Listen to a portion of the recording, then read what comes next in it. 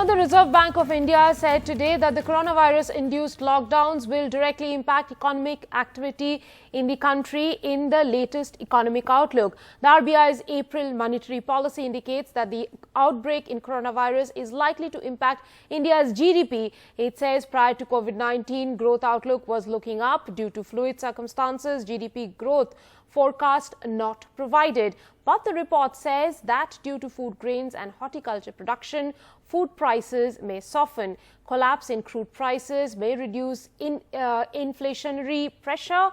Depth, spread, duration of COVID-19 is a key factor. COVID-19 hangs over the future like a spectre.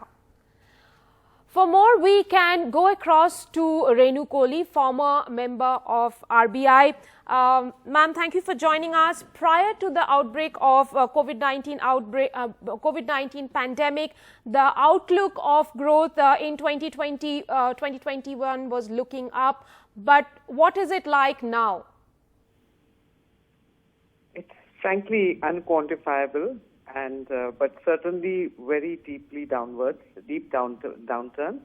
And if we rewind back to February 14, middle of February, as simply as that, then both global growth was expected to pick up from 2019 in 2020 to 3.3%, and for India, domestic growth was expected to pick up from about 5% to consensus was 6% next year. And that scenario has completely, nosedived. The world economy is expected to is already plunging into a deep recession, a contraction. And that is what the RBI's report is highlighting, that there will be direct effects upon Indian growth in this current fiscal year, directly through the lockdown, and because of the global headwinds, which is through the trade channel, through financial and confidence channels. And so overall, this is going to accentuate the slowdown in this year. Now, logically, they have refrained from forecasting because, as they explain, that until they have a firm grip about the extent, duration, and the intensity or the depth of the COVID-19 shock, they are not projecting growth for now. In a sense, these damages are unquantifiable.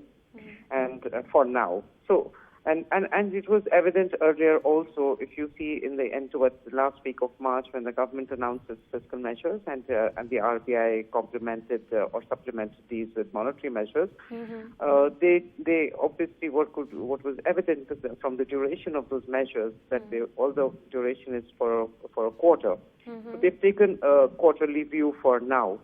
So I would not expect any outlook, but the RBI does flag that it expects very little upside from the collapse in oil prices, and because the drag of the downturn is so severe that this is almost like sort of can be entirely dismissed.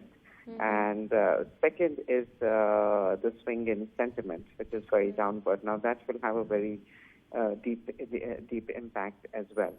Right. On inflation, it is ambiguous. It does expect some bit of cost push pressures. And if you see historically, if we see the outcomes of some of the macroeconomic variables, for example, if we go back to the 1918 Spanish flu, there were 3 waves of it, and temporarily there was a rise in inflation. And that is because it also comes from the supply side. It is an aggregate supply shock. Thank you very much, ma'am, for joining us.